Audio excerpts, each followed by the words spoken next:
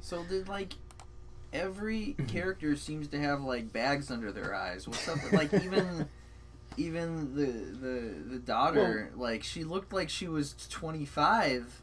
Well, there's actually a reason for that. All right. Well, there's a lot of reasons for that. Well, okay, so this is like a sequel, like what, like 14 years after the original, Yeah. and it literally picks up right from where the last one left off. Yeah. Like the very second. Who was the voice actor for Dash? Was he the? I mean, I'm assuming they weren't able to get the same one unless it was a woman doing it. I think it might have been a woman doing it. Yeah, because that way it makes it, because that's usually why they pick female voice actors for kids in anime. Yeah. Is unless it was Full Metal Alchemist. Yeah. But I mean, he was great a voice actor, but they don't tend to choose, for long running series. They won't choose boys, young men, because their voice will change. Yeah. So that's why a lot of your favorite male characters in anime, if they're under the age of like 18, they're gonna probably be voiced by a woman. Yeah, a woman, you can get a lot of mileage out of having that voice there. Well, I mean, look at Japanese Goku, which I've heard that voice doesn't work. Well, it doesn't fit. It's very discouraging when you listen to that kind of beefy manly voice, and then you go and it's like it's this little like 60-year-old petite woman who does Goku, and it's like it sure worked for Goku as a kid, but well, it's like when you had like kind of like Bart Simpson on like The Simpsons, and then you like age him up for like future episodes, and he's still like the Nancy Cartwright voice. Yeah. So, well, so you get mileage out of it. All right.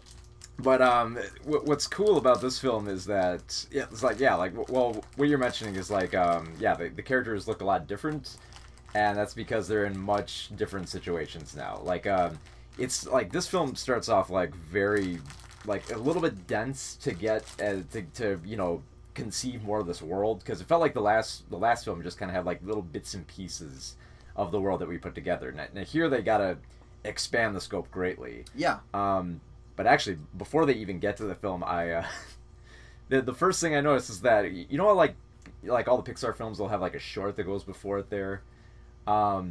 This film actually set a record for making parents cry. Was it a sad short? Oh my god, this is probably the saddest short that they've ever done. For a parent. It's this little short called Bao, which is about this little Japanese woman who makes a dumpling that comes to life. Okay. And it's fairly common theme. There's been like stuff like what was like Princess Kaguya stuff and like. Oh man, that movie wrecked me. Oh man, yeah. So beautiful. Like, on a digression, if you haven't seen Princess Kaguya, one of the latest Ghibli films, but it's all watercolor, hand animated. Holy crap, just gorgeous. It's also for being as gorgeous as, it's also their longest film. It's like almost 2.5 hours long. It's roughly 2.5. It's over 2 hours. Because I was I was getting to like the hour and a half point, and I was like, when is this movie over? And I was like, but I kind of should have figured a Ghibli film, because Spirited Away is slightly over 2 hours long as well. Yeah.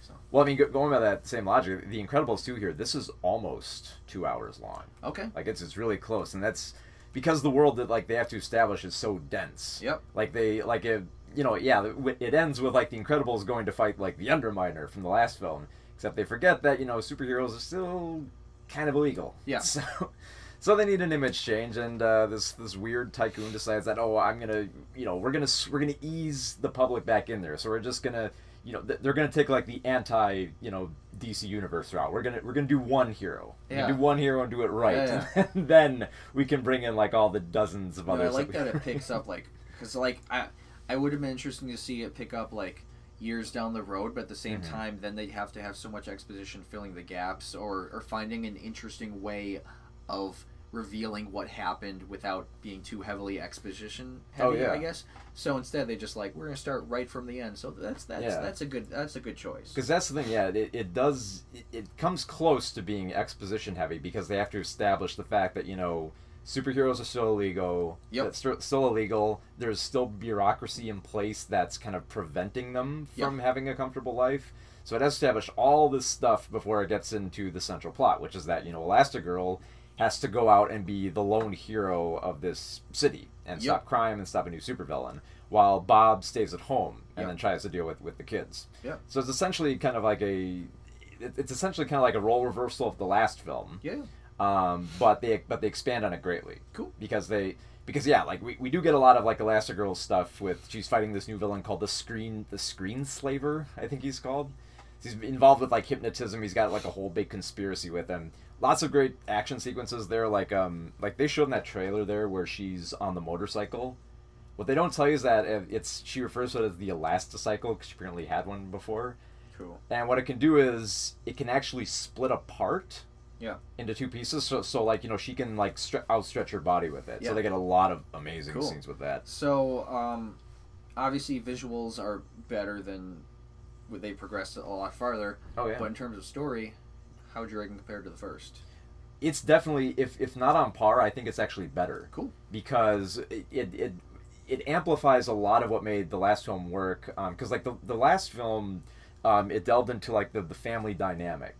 And but very carefully, very subtly, it progressed with it. Yep. Here they expand on it more, like Dash and Violet and Jack really didn't have much of anything to do in the last film.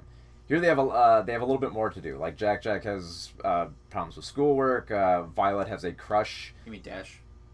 Dash, yeah, Dash the son, the speedster. Yeah. The fast guy.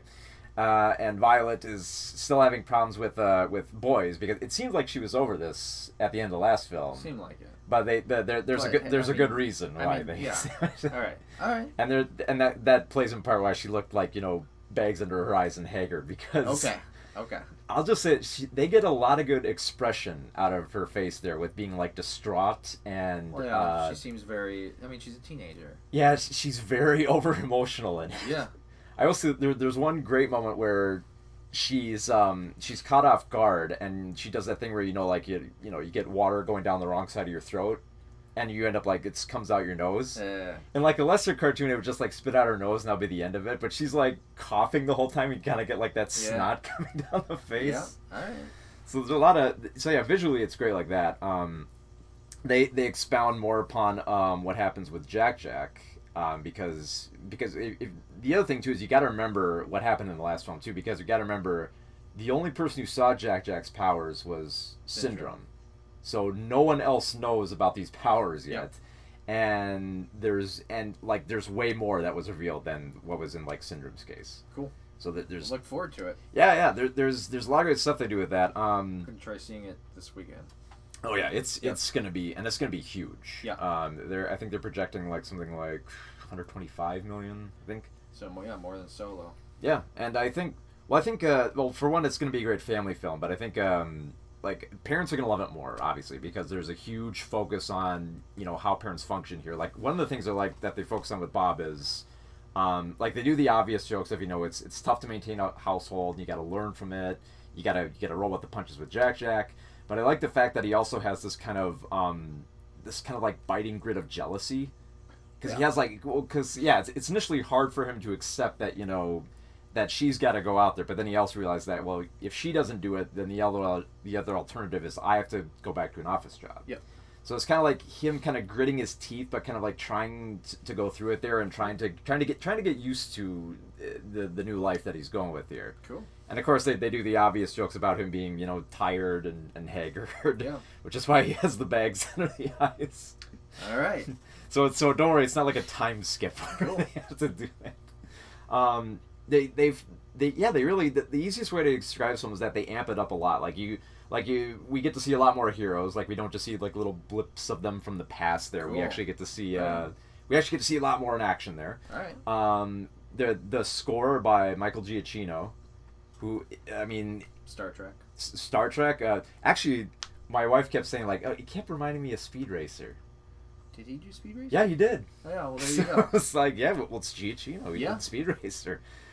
He goes for it here. There's I was surprised by there's a lot of like somber tracks on here that just go because it's kind of got that kind of 60s ska vibe to it with like the trumpets and everything. Yeah. It pretty much just goes into straight up jazz most of the time. Awesome. So that's awesome. And the world's bigger. You have like much grander sequences. And Brad Bird, in case it wasn't clear that he loves Johnny Quest, Yeah. It's made abundantly clear here because, well, for one, like the ending sequence involves like a hydrofoil, which hydrofoils were kind of like they weren't really a huge thing when Johnny Quest was out, but once that picked up, it's there was like a renewed interest in it. Well, something like that. There's a whole sequence about them talking about hydrofoils. But there's also, if you look in the background, there's Quest Industries on one of the city towers. Nice. Which I was the only one in the theater, like, I didn't want to point out because everyone else was engaged. So I was like, wait. Yeah. And then, just in case it wasn't clear, Johnny Quest, the cartoon itself, appears on the television. So just in case it wasn't clear. But yeah, it's impressive. There's a lot of great superpower characters. Like you saw that scene where like Jack was going through the portals there. There is actually a character that can shift portals. Okay. Probably one of my favorite. There's a hero called Reflux, who essentially just he's elderly and he shoots like lava out of his mouth. Awesome. With grossness. Yeah. sounds like pretty high up on the Pixar scale then. Oh yeah, this was it's a lot to process with this film. And like initially, like I initially worried, like, because the first act is very dense on dialogue. I was wondering, like, because I was adoring this. I loved it. The parents were loving it. I was wondering if the kids are going to be with it. Do you feel that this movie was really made for kids, though? Not specifically. Or was it made? What were they really doing this to hit the people who saw it when it came out in 2004? Right? Yeah. Like roughly, like, because I saw a meme on the internet that was basically saying, parents, like, this movie isn't for your kids. This movie is for the people that saw it. No. Like keep your, crying little baby out of the theater. Like, let us big kids have, like, it was basically from that perspective. And it feels like this is definitely in a world where we're all about nostalgia and remakes and everything and sequels, that this movie feels like it's not.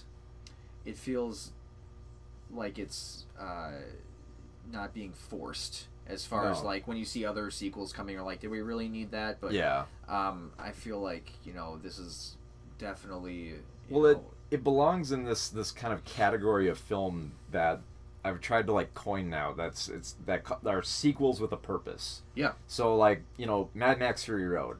It's been 30 years since that last Mad Max movie, but it came back with a purpose and everyone dug the hell out of it.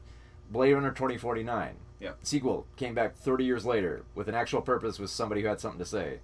That's the reason why Incredibles came back. Because Brad Bird decided to come back. He had a story to tell, and he does. Initially you look at that trailer and you just think, oh, it's just a reversal of the last film.